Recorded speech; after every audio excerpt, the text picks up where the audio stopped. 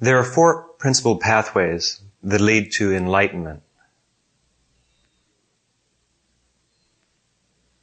The yoga of love, the yoga of service, the yoga of knowledge, and the yoga of mysticism. Each of the yogas is a way to eternity, to eternal realization. In the course of an individual being's evolution,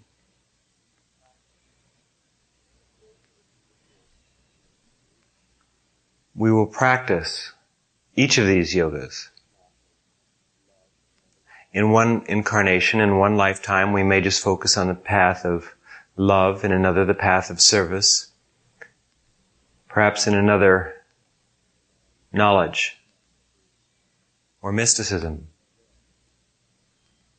One path is not superior to another. Each path has something special to offer. It is a way, a bridge between the finite and the infinite, between here and eternity. The path that is followed by most persons in the beginning of their spiritual search is the path of love. Love is the easiest and most effective way to begin our search for self-realization, for ourselves. Love is the highest of all qualities that we can experience. The more we know about love, the more we experience love, the happier and more complete we are. We live in a world that is very interested in love. The songs on the radio talk about love. Everyone is always looking for someone to love or someone to be loved by. As a matter of fact, it seems that love is an obsession in our world. Yet it would seem that for all people go through to experience love or to give love, very, very few people, if any, gain real happiness or satisfaction or freedom or peace from their love. Why is this? Love is, in its essence, a free, formless strand of luminosity. It is a light that uplifts our awareness, that transforms our consciousness, that kindles in us the flame of self-giving, knowledge, and power.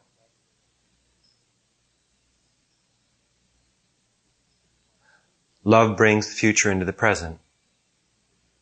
It can cause us to take a quantum leap in our spiritual growth. It knits families together, friends, lovers, societies, nations, and perhaps one day a world. If we examine the essence of existence very closely, we'll find that the essence of existence is love. There really is nothing that isn't love. God is love. Truth is love. Beauty is love. Everything is a formation or an aggregate of love. Naturally, there are different forms of love, different expressions of love. We can really say that the gradation of love is determined by to whom that love is directed. In the most immature type of love, we love ourselves. We're interested primarily in our own satisfaction, in our own happiness. And we don't really care too much about others. Self-love. The love of the ego. In more mature and advanced states of love, we love others, the world, God, eternity. In the most advanced state of love, we don't love for any reason or any purpose. We don't even direct our love necessarily to an object. We just love for the sake of love. Love is beginningless and endless ecstasy. It's an unfathomable mystery. It is the study of our lives. Most people suffer in love because of attachment. Attachment means that we're interested on a net return on our investment. I'm going to invest something and I want to receive something back. Not only do I want what I invested back, but more. This is the capitalist notion of love. This kind of love doesn't work very well. As a matter of fact, it destroys the very nature of love. Love is giving. Love is enjoying. Love does not seek to please itself, but it offers itself and its light to others. So, when we are engaged in a love of limitation, a love in which we try and get something back, we're never really satisfied, even if we can get back what we want, or what we thought we wanted.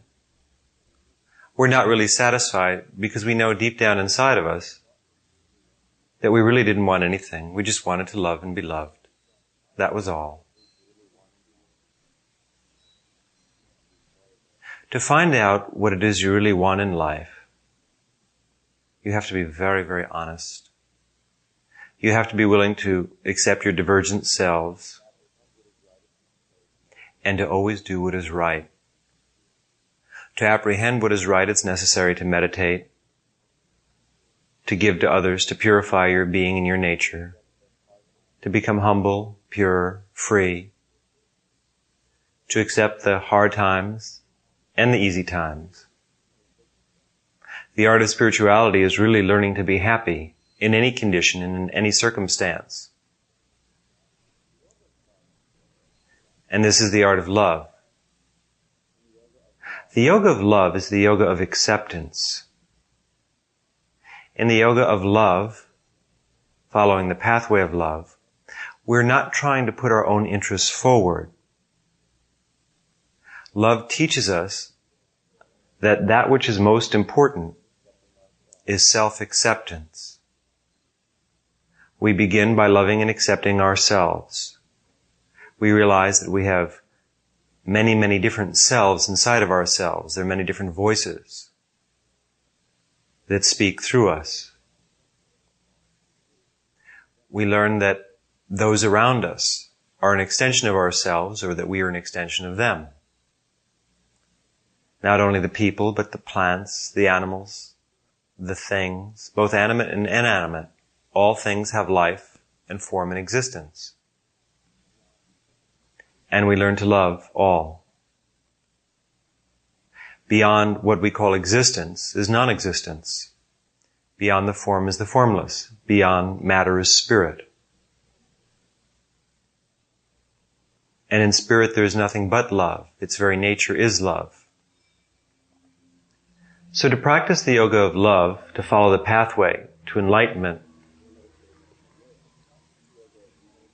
we need to bring, or let us say to become aware, of the spirit's residence in matter. In the yoga of love, we come to see that matter and spirit are really one. They're not separate. It's only the ego that separates. Our ego, our sense of identity, says, I am this, I am not that. The ego lives in duality. It divides everything. It says this is good, this is bad, this experience is happy, this experience is unhappy. But the ego is really a false perception of self. It's an idea, a transitory identity that we've picked up. Just as when we're out walking in the woods, we might pick up a little burr. Now, if that burr begins to dig into our skin, and it gets deeper and deeper inside of us, it starts to hurt. And it begins to cause a wound that will eventually fester. And if it's not properly treated, that one little burr could incapacitate us completely, could make us very ill, perhaps even cause our death. So the ego, while seeming somewhat innocuous, while seeming small and perhaps not worthy of paying too much attention to, is very, very dangerous. Dangerous in the sense that if you love light and joy and perfection, if you want to bring a transcendental beauty into your life, you simply can't mess around with it. It's dangerous. All things are not good for those that live. If you eat something that's poisonous, you'll die. While God exists in poison, as He does in all other things,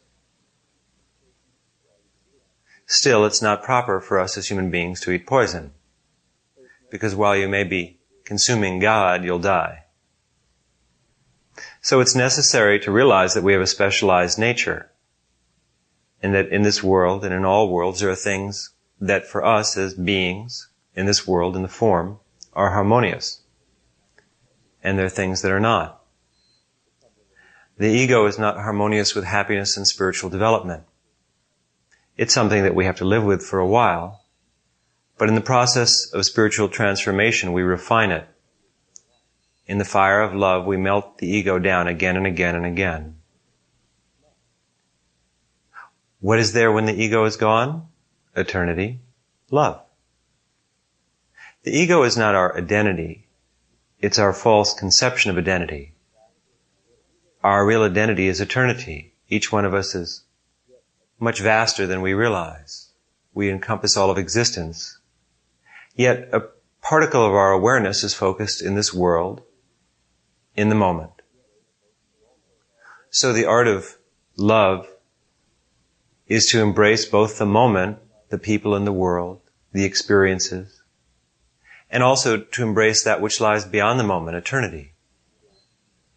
To accept both the finite and the infinite. To realize that we have a human nature, at least in the beginning stages of our evolution, which wants certain things, which desires, which dislikes, which seeks pleasure and wants to avoid pain,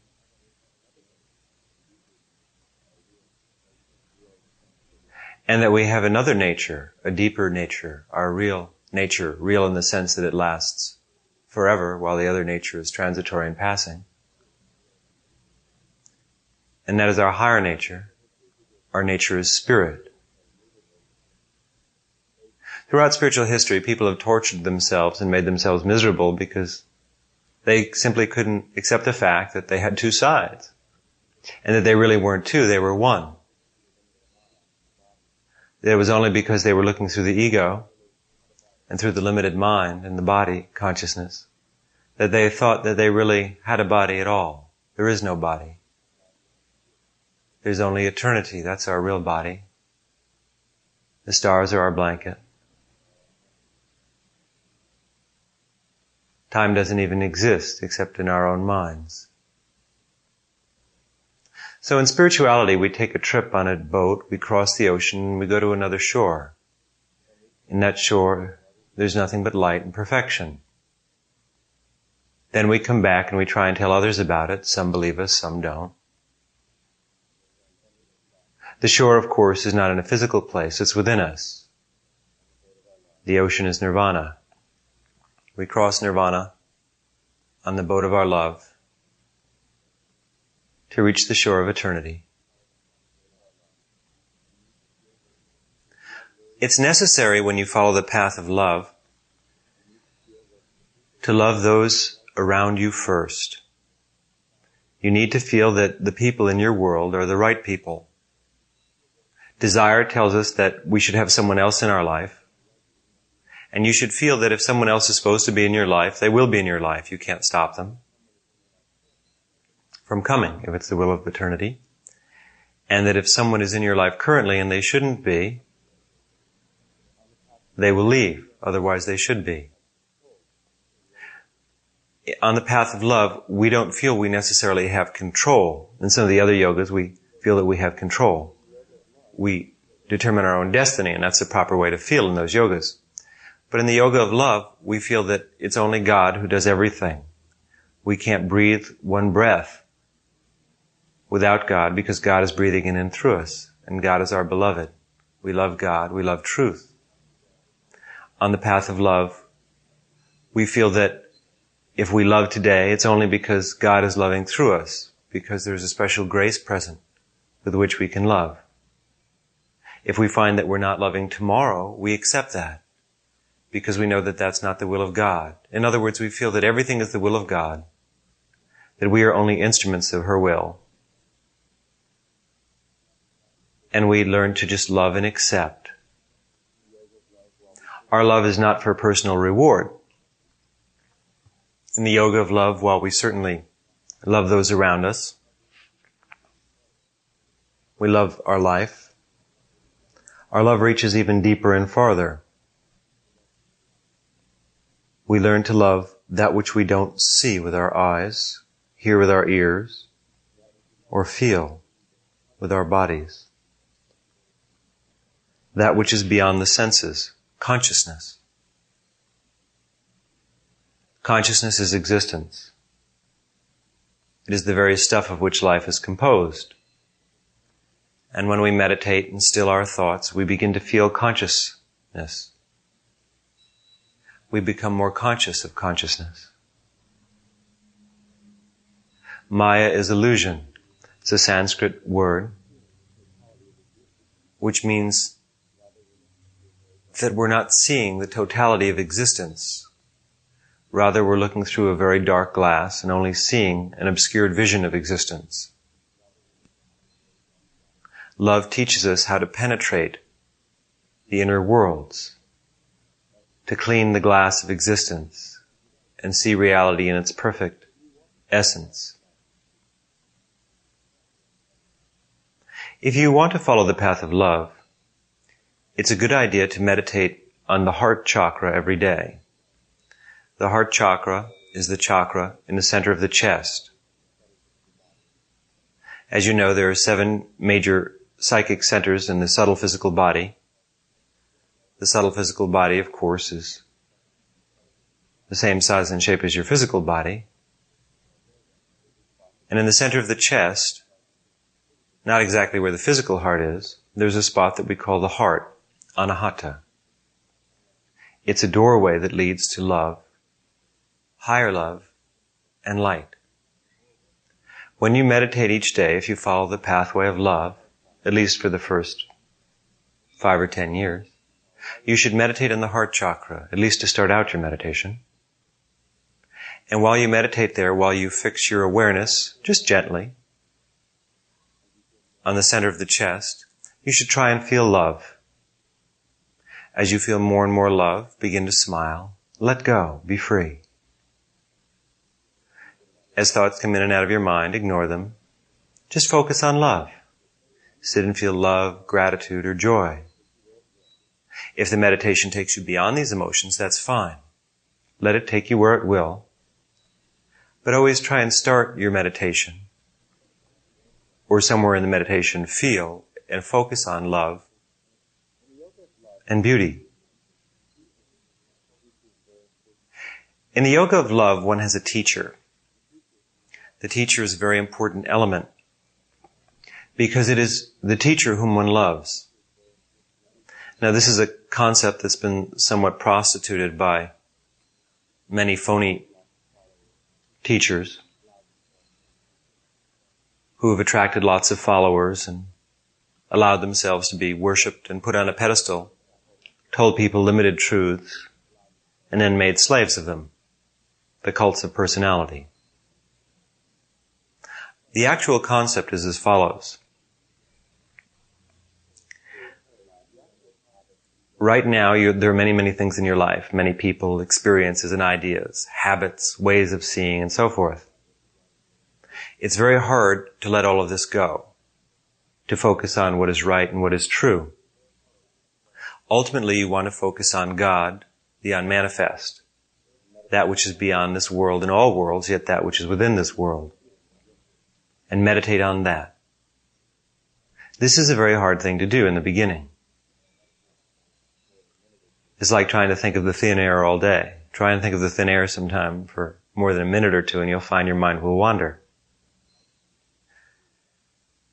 So if one has a teacher, an enlightened teacher, one who is absorbed in eternity, who's gone far beyond the plateaus that most human beings have reached and merged their awareness with nirvana,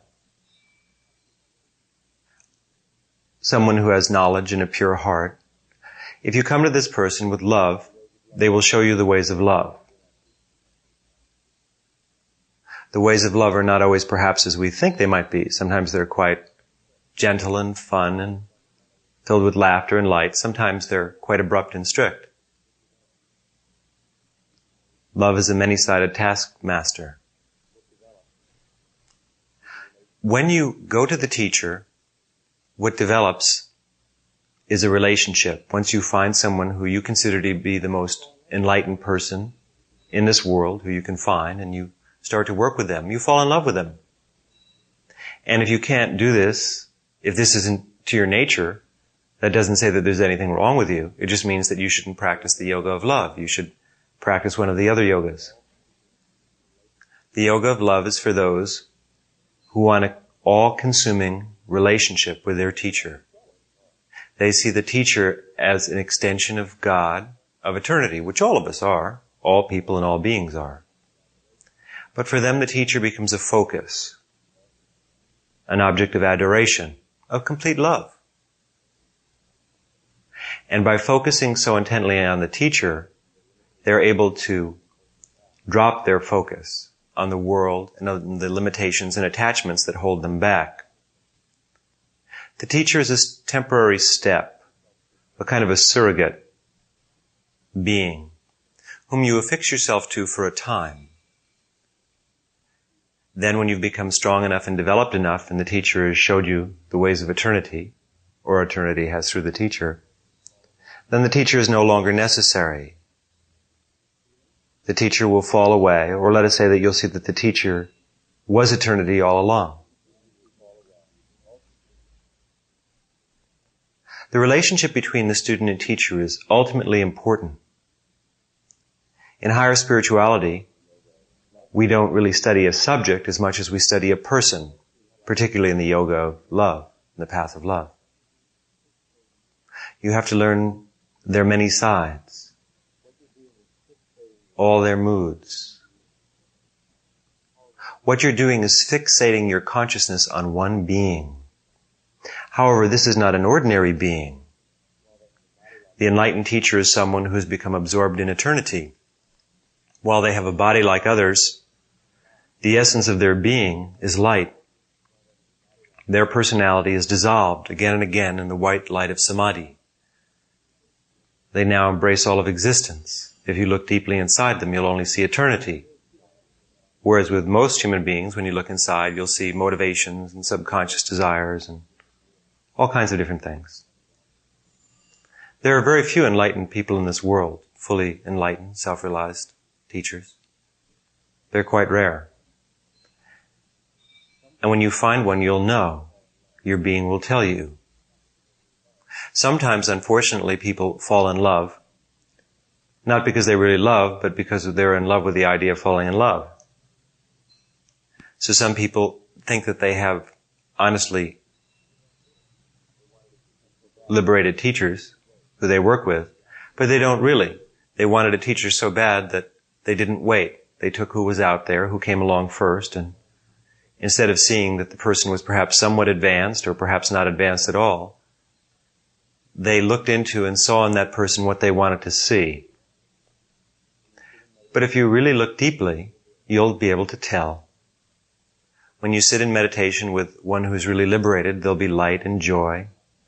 Their personality will have many forms. Sometimes it's childlike, sometimes it's strong. But really all they are is light. There's very little self, just enough to exist in this world, no more. Now with such a person on the path of love, you'll fall in love with this person completely, in rapture. Not necessarily all at once, although even when you first meet them, there'll be a very strong pull. And as you fall in love with them, That is to say, as you feel love towards this being of light, whom we call the teacher, something really exciting happens. The more you think of them and the more you focus on them, the more you become them. There's a spiritual law that whatever we focus our field of attention on, we become. It's very, very difficult to focus our attention on God the unmanifest, just on God as an absolute reality or as a formless reality. But when we see God expressing itself through one who is enlightened, then we can love that form. We as human beings find it easier to love other human beings than to love the thin air. When you see that the teacher works constantly and endlessly for the welfare of others, really wants nothing for themselves, gives beyond exhaustion, when you see that the teacher's power and light and humor begin to affect you and that you begin to change and that your world dissolves and improves, then you begin to love them more. In other words, the love doesn't come all at once. Real love, while it may start immediately, develops over years. And so the relationship between the student and teacher on the path of love, which is the path of love, that relationship, develops for many, many years. There are some dangers in the path of love. One danger is an overfocus on the teacher, to some extent, or that the love is self-deluding, as I said before. You're not really in love with the teacher, you just wanted one so badly that you decided to fall in love with the one who was there. Some people tend to give away their identity to a teacher, which isn't proper, or their independence. A real teacher will never ask you for your identity or your independence. But the real danger is not so much in abuse. Provided you have an honest teacher, the teacher is going to tell you if you are overdoing it, or the teacher is simply not going to let you give them your identity. They don't want it. It took them long enough to eliminate their own, let alone to accept yours. Rather, the danger is that the level of your love descends. See, every day when you love someone, you have to bring them a new love. Yesterday's love isn't good enough. It has to be a higher and deeper love. And so the path of love is not a static love. It isn't that we just love someone or something and that's that. Rather, what we're doing is learning to love in a more deep and more complete way all the time. So the love grows and grows and grows. In time, it develops. And as it develops, we change. And as the teacher sees you changing, the teacher focuses more light and more love and more attention on you. If the teacher sees that you're not changing, the teacher might hold back for a while. This might be a healthy approach. Or if the teacher sees you're becoming addicted to attention, the teacher will hold back. But in the study of love, there are no rules. To be honest, the world may say you're a fool for loving your teacher. They may say that you're wrapped up in idolatry.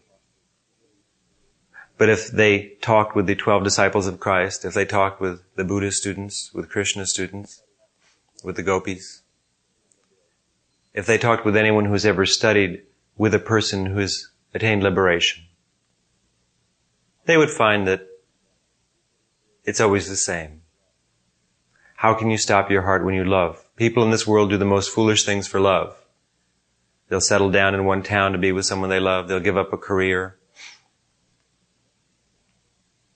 They'll change the way they dress, dye their hair, give up vast sums of money. They'll do anything for love. And that's for love of a human being who doesn't necessarily fulfill you, who may get tired of you in a couple of years and push you away, or who you'll get tired of. So what can we say of a person who gives their all for love of a teacher who leads them to God, or for love of God? This is a sensible person, because their love brings them something every day. It brings them the light of immortality and eternity. So if you follow the path of love, you really shouldn't expect to be understood by others. The path of love is its own reward. Your love itself, that experience, is what completes you. There's no place to go. There's nothing to attain. There's nothing to be reached. Love itself is all that you want. And that's certainly what you receive.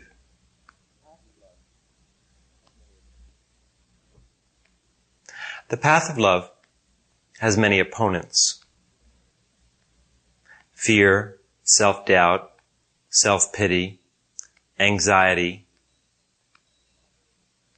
hate, lust, greed, avarice, all the usual friends. All of these are obstacles to your love. The most successful way to combat them, these dark clouds that pass between the light of you and that which you love, is to feel that love itself will rescue you. That is to say, love will come from afar, from the distant skies. If you cry deeply enough within yourself and take care of everything. One who practices the yoga of love is like a child. When the child has a problem, it can't cope with something, it cries. And when it cries, someone comes and helps the child. So in the path of love, rather than pulling our willpower together or using our discrimination or working, rather we just cry inwardly. We sit in meditation and we cry to God. We cry to the light.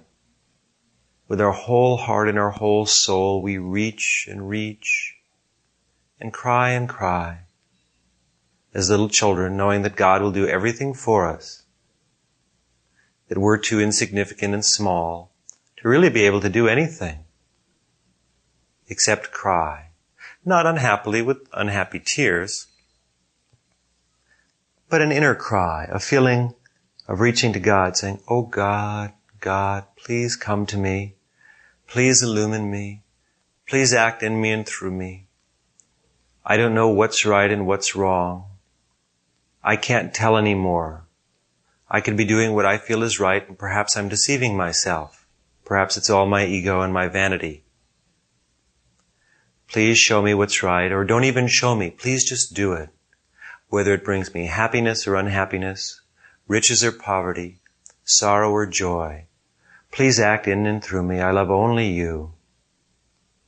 If you have a teacher, you would feel, "Oh teacher, I love you more than anything and anyone else in all of existence. When you smile at me, the world lights up. If you frown, my world ends.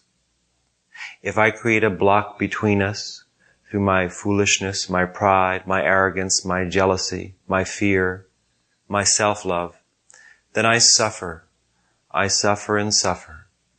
And it's only when I remove those obstacles that I'll feel happy again. But I know that you love me no matter what I do, because you are all love. You may be strict with me, you may be lenient. I trust you, and I know that whatever you do or say is for my own good. I've looked into your heart and seen eternity. And I know that eternity, through you, will always guide me and shelter me and protect me. I will do what you wish. I'll do my best for all. But even so, I know I'm an insignificant creature and not capable of fulfilling the Dharma. So please show me, please guide me. If I make a mistake, please correct me. But more than anything, please love me. And let me love you. Because as we merge our beings, as we fuse the light that is our reality together, that's my completion. That's when I see that I am you and that you are me. I am thine and thou art mine. This is how one should feel about the teacher. One should feel that one's friends, the people who meditate around you, who are in your spiritual center, who seek, are likewise pilgrims on a journey. They're traveling to eternity also. That you should love them, respect them, and that whenever you see a good quality in them, you should admire it. If you see the friend is strong or self-giving, if they meditate well, then the proper attitude for one who follows the path of love is to respect and admire that quality. Because whenever you respect and admire a spiritual quality, it starts to grow inside yourself. If you see faults in others, look the other way. You must feel that everyone is growing and developing. Everyone has to go through a trial and error process of finding what is right. And actually, everything is right. Even the errors are right. So look the other way. Don't linger on imperfection. Know that if you were in a perfected state of consciousness, you would only see imperfection in all things. The child in 4th grade who's just learning algebra is not imperfect, while there may be a child in 12th grade who's much better at the subject, more adept because of their years. The child who's learning is not imperfect. The child is perfect in its current stage of evolution. So when you follow the path of love, you should feel that each one is perfect in their own right. And that while you can love others and admire them, you should never, ever, ever judge them. You can discriminate and see what's good and what's bad. There's nothing wrong with that. Lack of judgment doesn't mean that you don't see what is or is not. It simply means that you realize and recognize that everyone is constantly changing. That everyone is made up of consciousness, which assumes new forms constantly. And that the judgment that you pass today will only hinder a person in their spiritual evolution. Because your thoughts have some power, and all you do is say to the person psychically, this is what you are. You're fixed. You can't change. Whereas in reality, everyone is a flux. So it's good to suspend judgments forever. Rather let everyone be what they want. Don't try and hold people to you. Don't try and push them away. Let life do everything for you. This is the proper attitude on the path of love. Focus your attention towards your teacher, your spiritual friends, and do everything out of love. When you find that you're unhappy, know that it's because you're not loving properly. Don't blame others. Don't have self-pity. Rather, just meditate, go deep within, and again find that strand of love. Not simply the one that you found before, but a higher strand of love, a deeper strand of love that will take you more and more into the core of reality. Relationships are a proving ground for love. That is to say, the friends that we have and our associates give us an opportunity on the path of love to practice love. We cannot say that you were spiritually advanced if you were unkind to those around you. The only way you can really evaluate spiritual advancement is to see how someone treats those who are close to them. Someone may be able to meditate well, but if they can't manifest that meditation in just good common sense by loving and being kind to those who are around them, then I can't say that they're spiritually developed. They may have learned to flex one muscle, but we can't say that their whole body is evenly and properly developed. Real spirituality and love always manifests. That is to say, it always goes to those who are with us and around us. So, practice love in your relationship. Now, the key to this is avoiding expectation. It's expectation that makes most people miserable in love. Remember the return on the investment. When you love someone, you shouldn't feel that they should love you in the same way in return, or love you at all. If you do, you'll be sorry, because no one will probably ever love as you do. They'll love in their own way. You have to give people freedom. If you really want people to love you, you should free them. You cannot compel someone to love. Love is like the wind. It comes when it does. It stops when it does. It changes direction when it does. Who are you and I to criticize the wind? So you should feel that love has its own independent form and formlessness. And when someone loves you, accept their love and be grateful for it. If they love another, let them love. Who are you to say what they should or shouldn't do? If they stop loving you, be grateful for that. Know that life, which does everything perfectly, is now moving you in a new direction. The chess piece of your existence is being moved to a new square on the board of life. A new situation will develop. If there's no one in your life to love right now, then love yourself. A large part of the path of love is learning to love yourself. Not to love yourself in the egotistical sense, but just to enjoy being with yourself, hanging out with yourself, doing things by yourself. You have to love yourself even when you don't measure up to your own expectations. You have a certain idea of what you should do and what you should be and what you should become. But from my point of view, it's only a silly idea, one in a continuing series of silly ideas that passes through your mind. It's good to be inspired. If you have a real inspiration of what you should try and do it. But if you don't measure up to your expectations, realize that you should just be life without expectations. That your expectations weren't necessarily correct then.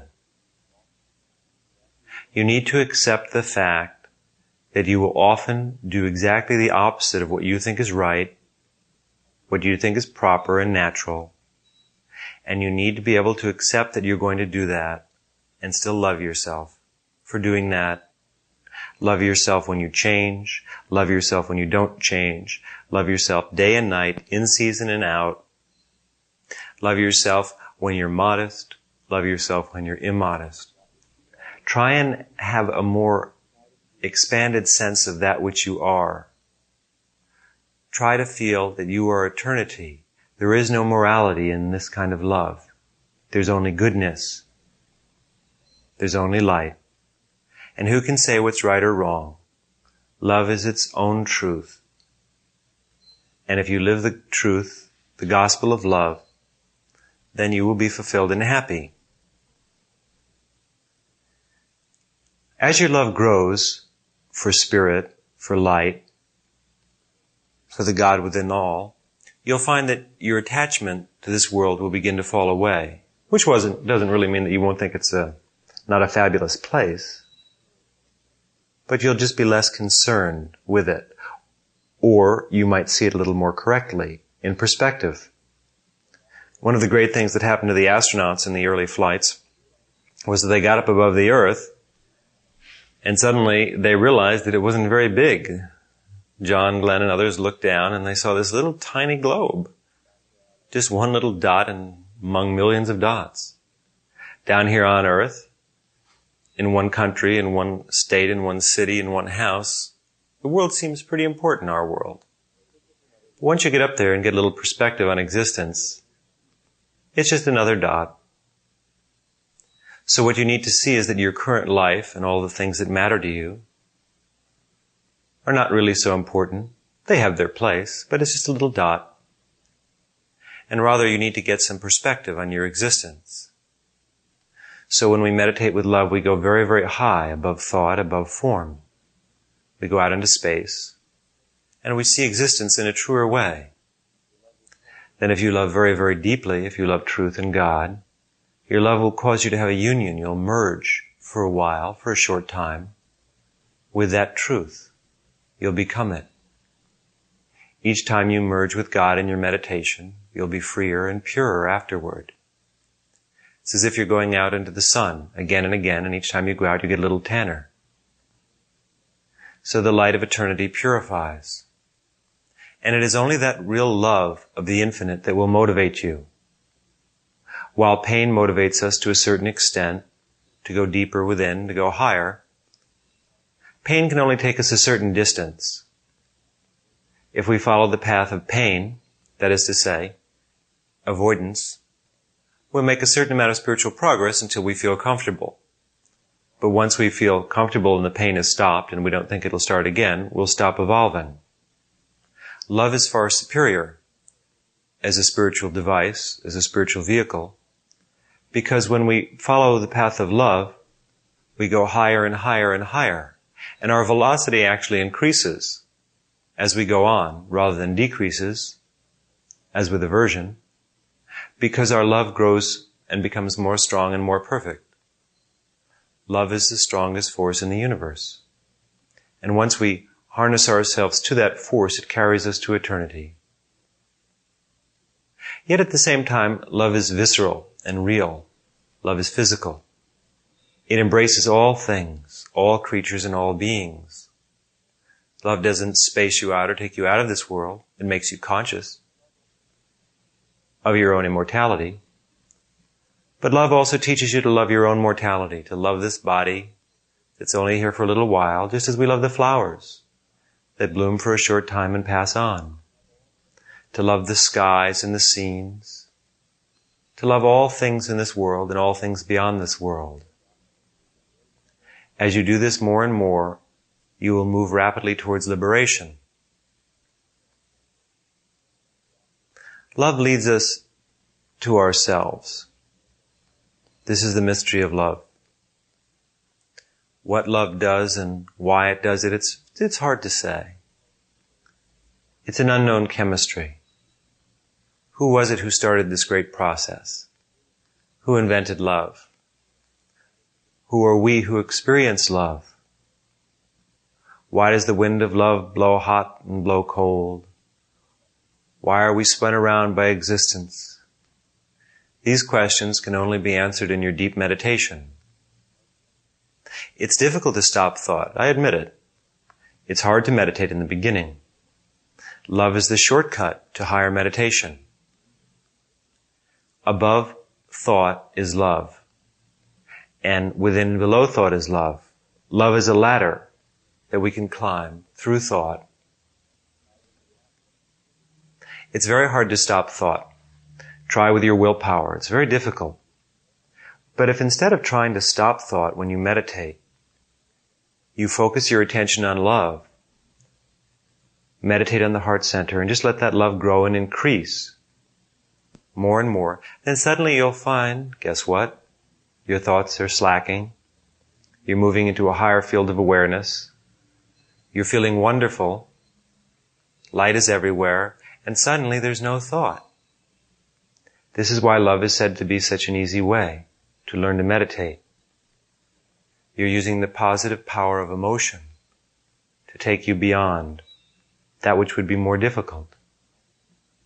There are other ways to stop thought, but love is certainly the easiest.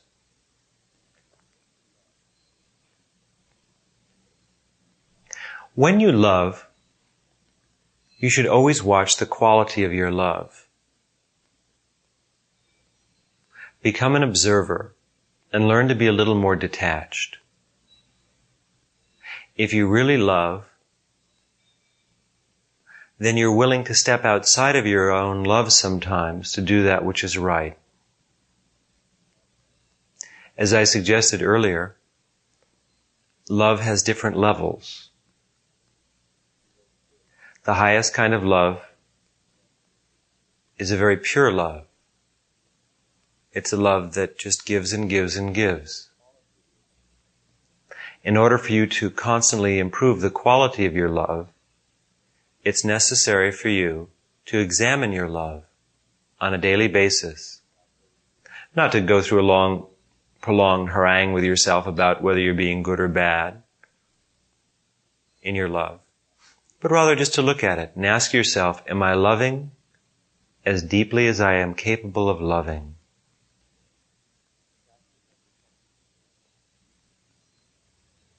Just ask yourself the question and then meditate.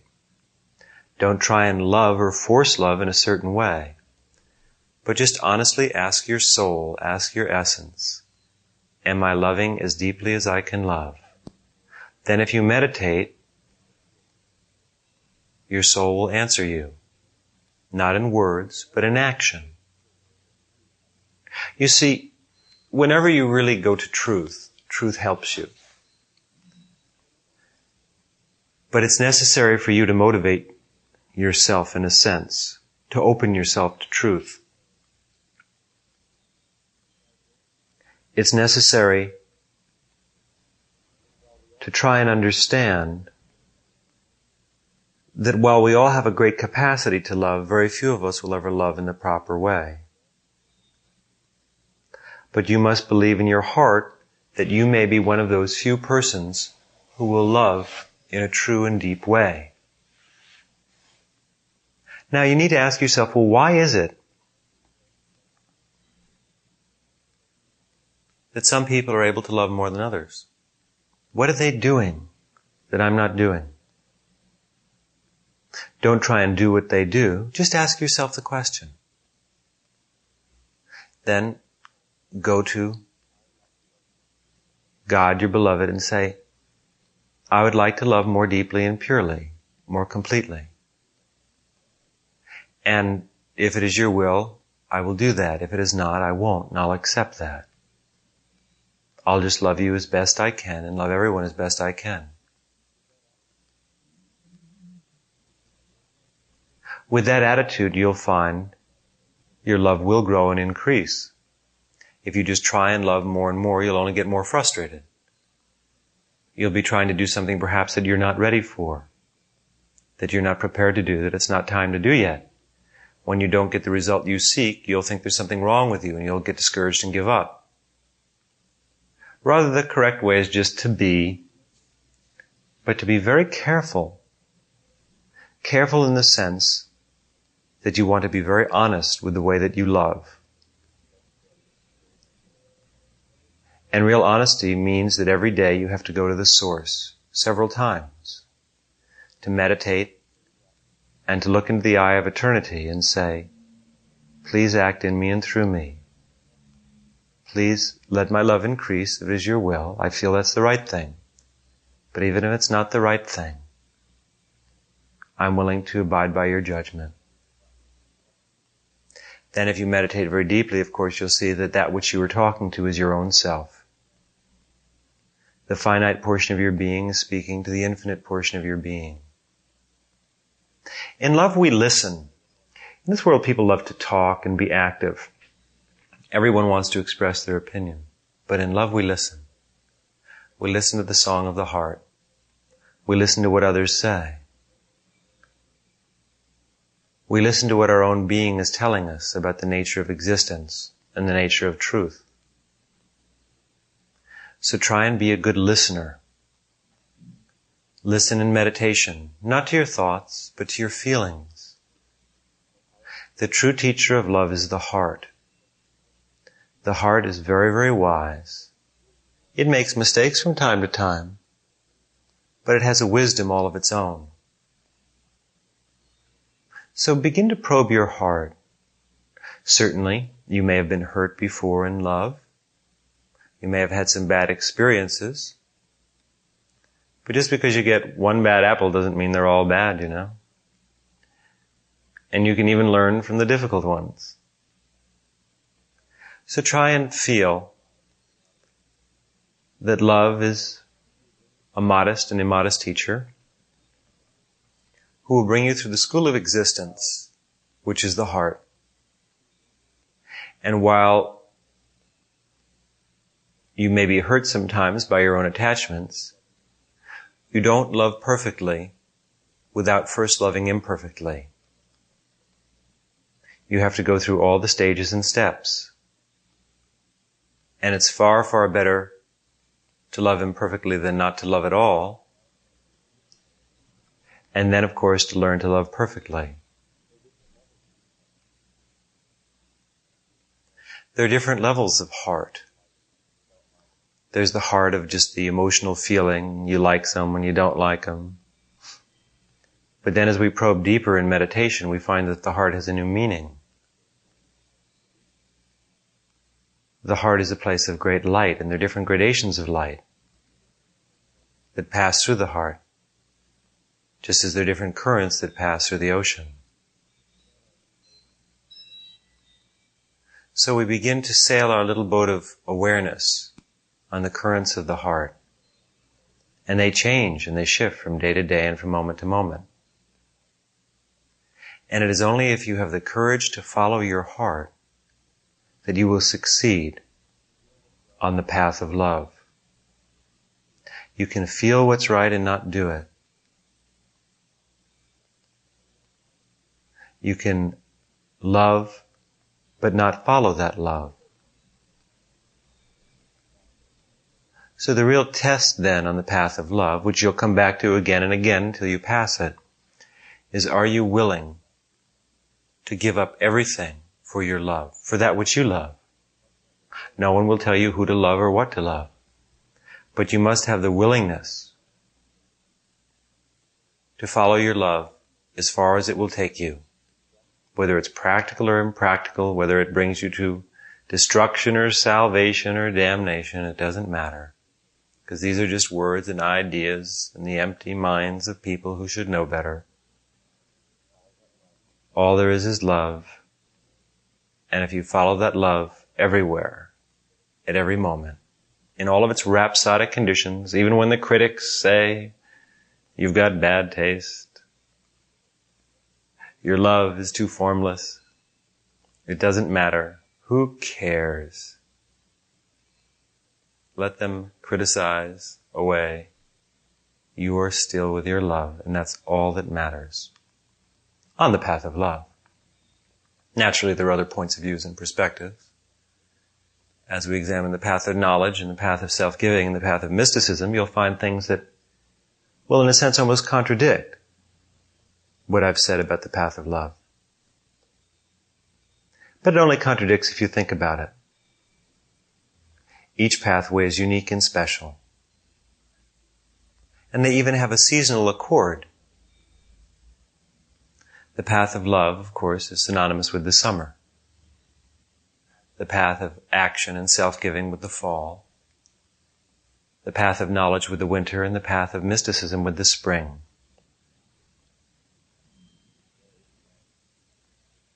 Love, in terms of the day, is synonymous with the morning. Action with the afternoon.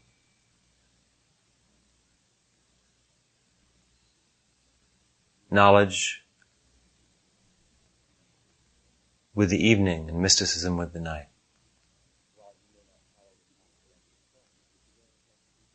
While you may not follow the path of love yourself, it's good to learn as much as you can about it. Because someday you may be a teacher. And as a teacher you may have students who follow a path far different than the one you walked upon in your current life. And you'll find that the four paths really are not so separate. They weave in and out of each other. We have to have love, of course, as we practice mysticism and jnana and karma yoga. We have to have discrimination when we follow the path of love, because otherwise we'll love the wrong thing in the wrong way. We need laughter and power, which we find in mysticism, to love properly, to not be so hooked into our own love that we begin to feel self-pity or attachment. And of course, the logical direction of the path of love, the next path that one follows after completing the path of love or while on it, simultaneously, the path that is closest to it, is the path of self-giving. Because mature love has to inevitably lead to self-giving. So practice love, learn love, and live in love. Don't be afraid to experiment with your life and with your heart, your meditation, and your being. Just love. Meditate on love. Give love. Find that person whom you consider to be most spiritually advanced and be with them if you love them. If you don't love them, they're not the right one. Then you should go to one who you can love. Merge your consciousness with that of a luminous being, and then from there to eternity. Love those around you. And when you don't come up to what you think you should be, when you don't reach the standards that you've set for yourself, when your divergent selves run in the other direction, love that too. Develop self-acceptance. Love all your different sides. Only then will immortality come to you. The awareness of immortality. Because as long as you're running away from part of yourself, you're so busy running away that you can't see immortality. As long as you're too busy trying to become something that you're not, you're so busy doing that that you can't see your own immortality. You see, love, its secret is acceptance. Acceptance of our finite self, of our life, our birth, our growth, our decay, and our death, of the world around us, of eternity. The message of love is acceptance. Self-acceptance in the smaller sense of the individual personal self, and self-acceptance in the larger self, of the self as eternity. So practice love and self-acceptance, and you'll see you'll have a beautiful life, an absolutely beautiful life. Certainly this is the prettiest of the pathways, the most emotional, and the most fun, to be honest, in a way. It's the best to start with, and sometimes the nicest to stay with. The path of love. Good luck. May your love guide you through the bardo to eternity.